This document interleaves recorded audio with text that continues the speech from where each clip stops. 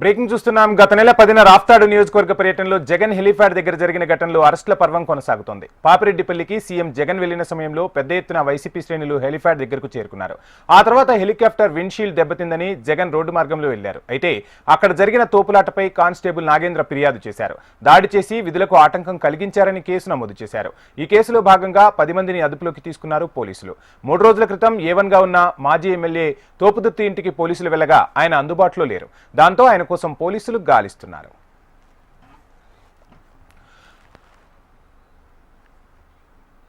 గత నెల 10న రాప్తాడు నియోజకవర్గ పర్యటనలో జగన్ హెలిప్యాడ్ దగ్గర జరిగిన ఘటనలో అరెస్టుల పర్వం కొనసాగుతుంది. ఇదే అంశానికి సంబంధించిన ఫుల్ డీటెయిల్స్ మా రాయలసీమ రీజనల్ కోఆర్డినేటర్ ప్రవీణ్ అందిస్తారు. ప్రవీణ్, గత నెల 8న మాజీ సీఎం జగన్మోహన్ రెడ్డి పాపిరెడ్డిపల్లికి వచ్చిన సందర్భంలో అక్కడ హెలిప్యాడ్ లో జరిగిన ఘటన మీద గత నెల 10న కేసు నమోదైంది. అయితే ఒక్కసారిగా పోలీసు వలయాన్ని ఛేదించుకొని పెద్ద ఎత్తున జనాలు హెలిప్యాడ్ లేక రావడం, అదేవిధంగా పోలీసుల విధులకు ఆటంకం కలిగించడంతో పాటు వారిని గాయపరిచారనే కారణం మీద సత్యసాయి జిల్లాకు చెందినటువంటి కానిస్టేబుల్ నాగేంద్ర ఫిర్యాదు చేశారు. ఈ ఫిర్యాదు మీద పలు సెక్షన్ల కింద మాజీ ఎమ్మెల్యే ప్రకాష్ రెడ్డితో పాటు అతని అనుచరులు, అదేవిధంగా వైఎస్ఆర్సీపీ శ్రేణుల మీద కూడా కేసులు నమోదు చేసిన నేపథ్యంలో గత 4 రోజులుగా నిందితుల కోసం పోలీసులు వెతుకుతున్నటువంటి పరిస్థితి. మాజీ ఎమ్మెల్యే ప్రకాష్ రెడ్డి 3 రోజులుగా అందుబాటులో ఉన్నటువంటి పరిస్థితి, ఆయన కోసం పోలీసులు గాలిస్తున్నటువంటి పరిస్థితి. అయితే ఈ రోజు తెల్లవారుజాము నుంచి కనగానపల్లి, సీకేపల్లి, అదేవిధంగా రామగిరి మండలంలో ఉండే వైఎస్ఆర్సీపీ నాయకులు ఎవరైతే ఆ రోజు ఘటనలో పాల్గొన్నటువంటి వాళ్ళు ఆ కేసులో నిందితులుగా ఉన్నటువంటి అరెస్టుల పర్వం కొనసాగుతుంది.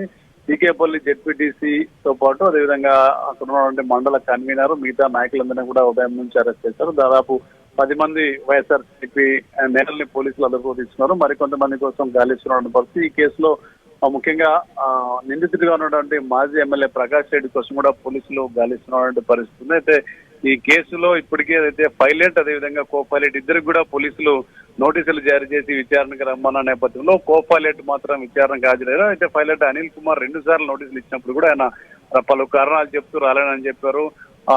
ఏదైతే ఆన్లైన్ లో హాజరవుతానని చెప్పినప్పటికీ పోలీసులు ఎట్టి పరిస్థితుల్లో ఖచ్చితంగా హాజరు కావాల్సిందే, సీకేపల్లి పోలీస్ స్టేషన్ రావాల్సిందే చెప్పిన నేపథ్యంలో ఇప్పుడు కూడా ఆయన రాలేని పరిస్థితి నెలకొంది. అయితే ఈ హెలికాప్టర్ ప్రమాదంలో ఘటన ఏం జరిగిందన్న దాని మీద విచారణ అయితే చేపట్టారు. అక్కడ హెలికాప్టర్ కి సంబంధించి విండ్షీల్డ్ ఏదైతే దెబ్బతినిందని చెప్పి మాజీ సీఎం జగన్ ని ఎక్కించుకోకుండానే హెలికాప్టర్ తిరిగి బెంగళూరుకు వెళ్ళిపోయింది. అయితే ఆ ఘటన ఏం జరిగింది, అసలు ఎందుకు మాజీ సీఎం జగన్ ని తీసుకెళ్లకుండా ఖాళీ హెలికాప్టర్ వెళ్ళిందనే దాని మీద పూర్తి స్థాయిలో విచారణ కూడా జరుగుతుంది. సీకేపల్లి పోలీసులు ఈ కేసుని ప్రతిష్టాత్మకంగా తీసుకున్న నేపథ్యంలో దాంతో పాటు ఆ రోజు జరిగినటువంటి ఘటన పోలీసుల విధులకు ఆటంకం కలిగించడం, అదేవిధంగా అక్కడ గాయపరిచిన దాని మీద కూడా పలు సెక్షన్ల కింద కేసు నమోదు. ఈ కేసులో అయితే విచారణ వేగవంతమైంది. అదేవిధంగా పోలీసులు నిందితులను అరెస్ట్ చేసే పనులు అయితే కొనసాగుతున్నాయి.